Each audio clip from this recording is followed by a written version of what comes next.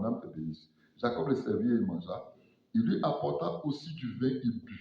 Alors, conclusion. Isaac, son père, lui dit, approche donc et baise mon fils. Jacob s'approcha et le baisa. Isaac sentit l'odeur de ses vêtements, puis il le bénit et dit, voici, l'odeur de mon fils est comme l'odeur d'un champ que l'Éternel a béni.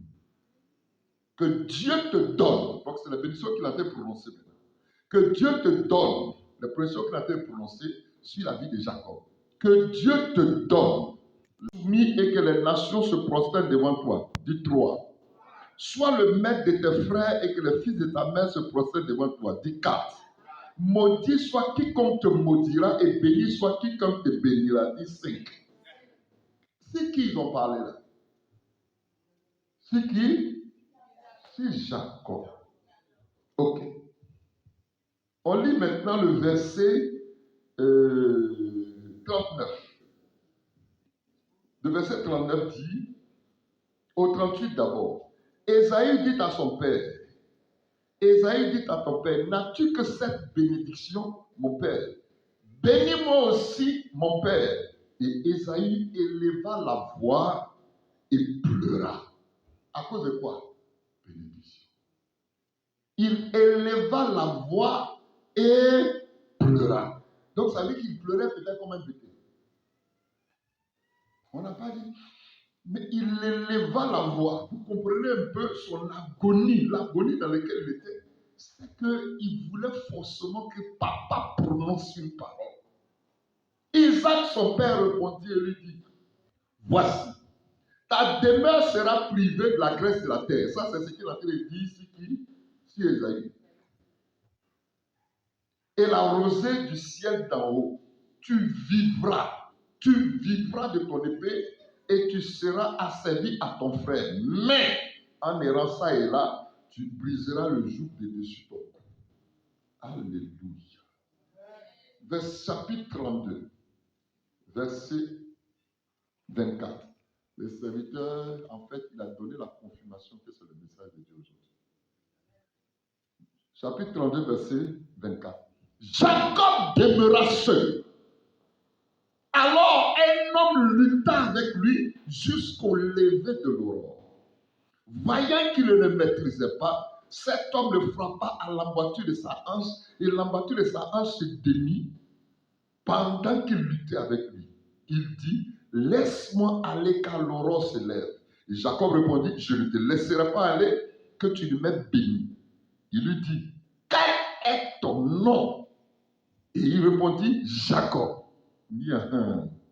Car tu as lutté avec Dieu et les hommes et tu as été vainqueur. Dis-moi, Amen. Amen. Alléluia. Père, je veux t'honorer encore une fois. Il est question de toi et toi seul. Je me réjouis ce jour de partager ce temps avec ton peuple. La Bible nous dit, venez à moi, vous tous qui êtes chargés, fatigués, je vous donnerai du repos. Nous sommes fatigués, Seigneur, parce que nous attendons un repos émanant de toi. Le repos, Seigneur, c'est d'acquérir ce que nous avons besoin, ta parole, qui pourra vivifier notre être et nous faire du bien. Merci de prendre le contrôle de chaque cœur, que tout ce qui pourrait tourner autour pour picorer, ne serait-ce qu'un seul mot ou une seule lettre, soit foudroyé par ton esprit au nom de Jésus. Tu es fidèle, voici ton serviteur. Les perfections se trouvent dans les hommes, mais toi seul demeures parfait. Viens, mon Dieu, prendre le contrôle de mes lèvres et me donner d'accomplir par ta puissance en prêchant, dompter cette langue comme la plume d'un habile écrivain afin de communiquer la vie. Tu es bon pour le faire, que la gloire te revienne dans le nom de Jésus. Amen. Amen. Alléluia. La bénédiction. Wow. Le premier jour que j'ai compris ce texte, j'ai été choqué parce que pendant des années, je l'avais compris autrement. Je l'avais prêché autrement. Et j'avais fait comprendre à certaines personnes ce qu'on m'avait enseigné. Mais là, quand l'Esprit a ouvert mon esprit, il m'a fait comprendre quelque chose de plus profond. Alléluia. Donc, voilà pourquoi j'ai parlé de la bénédiction, mais la bénédiction qui est aveugle. C'est quoi une bénédiction? La bénédiction, c'est une bonne parole. La bénédiction, c'est un oracle sur la vie de quelqu'un. La bénédiction, c'est des bonnes paroles prononcées sur la vie de quelqu'un. La malédiction, c'est mal dit, dire des mauvaises choses qui normalement doivent affecter la vie des personnes. Donc, quand un père, une mère, quelqu'un veut prononcer généralement une parole, souvent, c'est par la joie ou alors le désir ardent que cette personne a de vouloir voir un changement dans la vie de cette personne qu'elle proclame. Souvent, elle proclame quand seulement l'enfant pose une action qui réjouit son cœur. Ça peut être une bénédiction par un soupir. Ça peut être une bénédiction aussi par une déclaration. Quelqu'un m'écoute. Et quand on dit de quelque chose qu'il est aveugle, la bénédiction aveugle, c'est une façon indirecte de dire que la bénédiction ne voit pas. Soit il y a la cécité qui s'impose, parce que la bénédiction n'a pas besoin de connaître ton tic pour changer le cours de ta vie.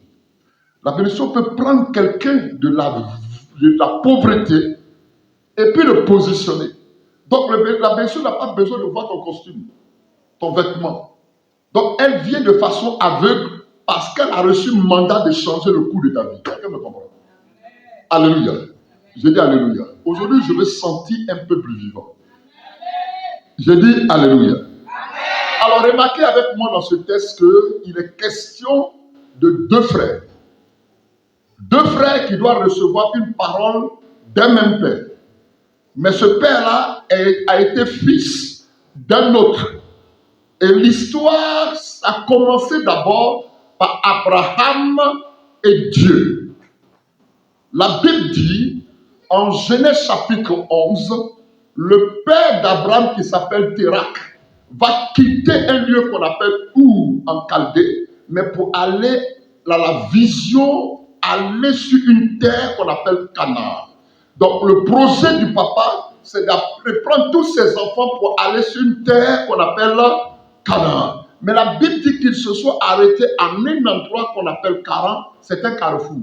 Toi tu viens avec ton piment, l'autre vient avec le sel, l'autre vient avec l'or, l'autre vient avec le diamant. À cause des échanges qui se faisaient dans cette ville, dans ce carrefour-là, la ville a commencé à être prospère.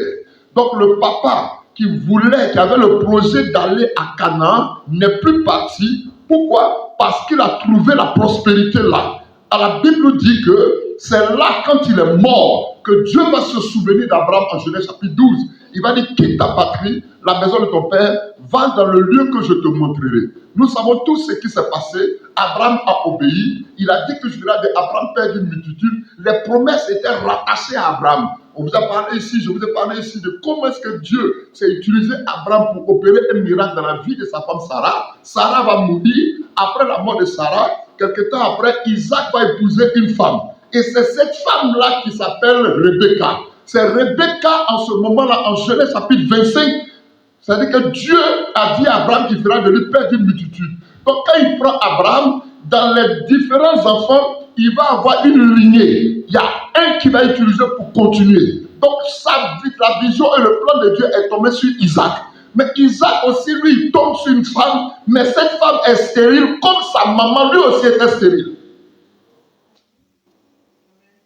En Genèse chapitre 25, la Bible dit, Isaac implora l'Éternel pour sa femme. Pourquoi? Parce qu'elle était stérile. Certainement que cette femme-là a dû dire à Isaac, toi, ta maman aussi était stérile. Ton père Abraham a posé une action pour que le miracle se produise. On est ensemble depuis 40 ans, depuis 19 ans, et je n'ai pas d'enfant. Tu m'as croisé à 40 ans, bientôt tu vas avoir 60 ans. Il n'y a pas d'enfant. 19 ans. La Bible dit que Isaac implora l'Éternel pour sa femme. Implorer, c'est quoi? C'est appeler une force surnaturelle à l'aide, mais par la prière. C'est-à-dire que quand il déclare, quand il prie, il attend une intervention divine. Il attend que Dieu agisse. Il attend que Dieu opère un miracle. Donc il est dans l'attente de voir ce que les hommes ne peuvent pas faire. Parce que la stérilité, la sagesse humaine ne peut pas apporter. Donc c'est comme une pause, c'est comme un problème qui regarde le sein de sa femme. Donc la femme dit, il faut que tu implores ton Dieu. Quand il implore Dieu, la Bible dit que Dieu répond. Et la femme Rebecca devait enceinte. Mais cette grossesse-là va créer des troubles dans la vie de cette femme. La Bible dit qu'il y a des secousses dans son ventre. Il y a comme des secousses dans son ventre. Mais elle est troublée. Elle ne court pas vers Isaac. Mais elle va consulter. Donc, en gros, il y a deux verbes dans ce texte. Il y a le verbe implorer. Quand on implore Dieu, c'est pour que Dieu agisse. Mais quand tu vas voir le médecin pour le consulter, c'est pour qu'il te dise. Il te donne un diagnostic. Donc là, elle avait besoin de comprendre pourquoi dans son ventre, là, ça bouge. Donc il y a des moments comme ça où nous rentrons dans l'église, on peut prier pour vous, mais le miracle qui arrive souvent peut vous troubler. Il est important de consulter. Seigneur, je veux un travail, tu reçois 5. Il faut consulter. Ah, je ne sais pas si quelqu'un me comprend. Tu pries, Seigneur, donne-moi un mari, ils viennent 5. Tu ne sais plus ce qu'il faut faire, il faut consulter. Je ne sais pas si quelqu'un peut me comprendre. Parce que là, il n'est plus question d'une intervention. Ce n'est pas Dieu qui va les chasser. Tu consultes Dieu et puis Dieu t'indique. Il lui dit, il y a 2 nations dans ton ventre. J'ai peur. Il n'a pas dit il y a 2 enfants. Mais il dit dans ton ventre, là, il y a 2 nations. Et 2 peuples se sépareront au sortir de tes entrailles. À qui Dieu a parlé? Ce n'est pas à Isaac, le papa. Mais c'est à la maman parce qu'elle a osé consulter. Il y a des situations qui vous arrivent où généralement vous avez crié à Dieu. Dieu a utilisé l'homme de Dieu. Mais le mot consulter nécessite que vous aussi vous adressiez à Dieu pour savoir qu'est-ce que vous devez faire. Ou bien à quoi va servir ce qu'il vous donne. Dieu va dire, il y a 2 nations dans ton ventre. Le plus petit sera plus puissant que le plus grand. Il sera au-dessus du plus grand. Ça, c'est une bénédiction que Dieu a dit à qui? À Rebecca, pas au papa. Quand tu vas lire la suite du texte, à partir du chapitre 25, la Bible dit que Isaac il aimait Esaü, son fils aîné, parce qu'Esaü lui donnait du gibier. Mais Rebecca aimait Jacob. Ils n'ont pas dit pourquoi ils ont mis point. Donc l'amour de Dieu était porté par quelque chose. Le papa aime le gibier. Voilà pourquoi il aime Jacob, Esaü. Mais Rebecca aime Jacob parce que Dieu lui a dit que le plus petit sera plus puissant que le plus grand. 2 destinées, 2 bénédictions. Et la Bible dit que quand les secousses ont commencé dans leur ventre, dans le ventre de Rebecca, elle ne savait pas qu'est-ce qu'elle pouvait faire. Alors je vais poser la question. Généralement, on a cru que Esaü et Jacob, leur combat a commencé dehors. Non. Leur combat a commencé dans le ventre. Le combat du ventre nécessitait de savoir qui va sortir premier. Qui a enseigné à ses enfants-là que le premier sera aîné et que l'aîné a une promesse qui est rattachée à la bénédiction du droit d'aînesse? Est-ce que j'ai dit quelque chose? Amen. Ça veut dire quoi? Dans la vie de chacun de nous, avant que nous ne sortions, je crois pour ma part que toi et moi on a lutté. Parce que quand tu regardes bien, quand papa et maman se sont rencontrés, c'est d'abord un liquide qu'on appelle le sperme. Mais Dieu est tellement puissant. Dans ce sperme-là, il y a oreille. Dans ce sperme-là, il y a poil de nez. Dans ce sperme-là, il y a les yeux. Dans ce sperme-là, il y a les pieds. Qui a enseigné Dieu? Et il permet que ce sperme-là rentre. Mais avant qu'il ne rentre, il est d'abord conçu par Dieu dans le ciel avec un projet. Une promesse. Mais qu'il transforme en liquide et qu'il fait rentrer comme un spermatozoïde. Mais avant que lui ne rentre dans l'ovule, Vous êtes des millions.